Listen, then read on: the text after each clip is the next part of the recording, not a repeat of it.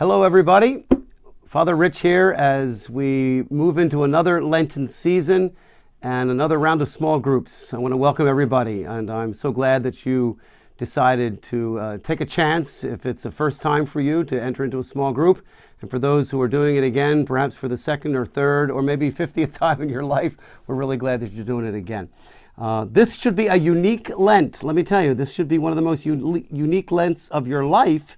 Hopefully you just celebrated the Ash Wednesday, and of course that was on Valentine's Day.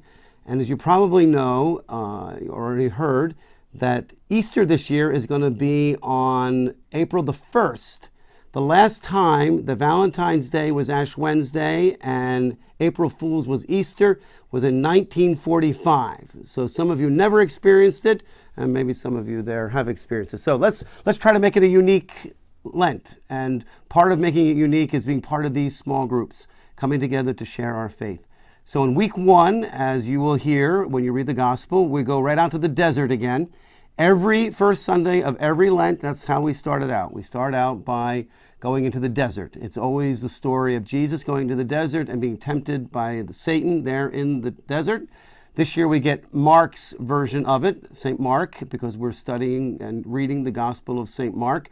Although by the third Sunday of Lent, you're going to wonder what happened to Mark. We'll get to that later. Don't worry about that right now. So for now, very short Gospel.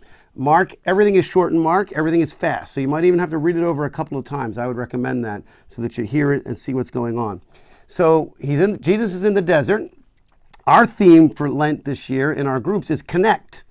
And we're starting out, if you think about it, connections are all really important to us, especially with the being part of the mobile phone set. You're always looking, do you have enough bars on this thing? Are you connected?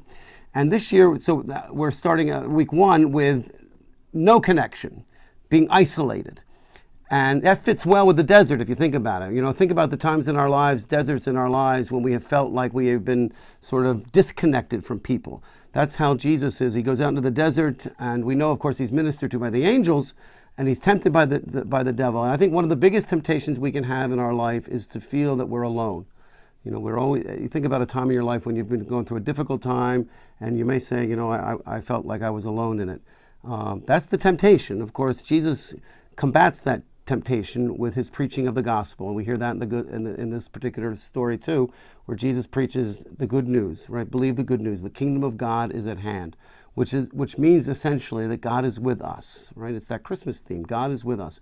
We are not alone. So even in the times when we feel that way, when we feel disconnected, our faith tells us something else. So good luck in your conversations. I hope you will be back next week as we continue this whole idea of getting connected to God, getting connected to ourselves, and getting connected to one another, to the whole world with the good news of God's great love. I'll see you next week. Thank you.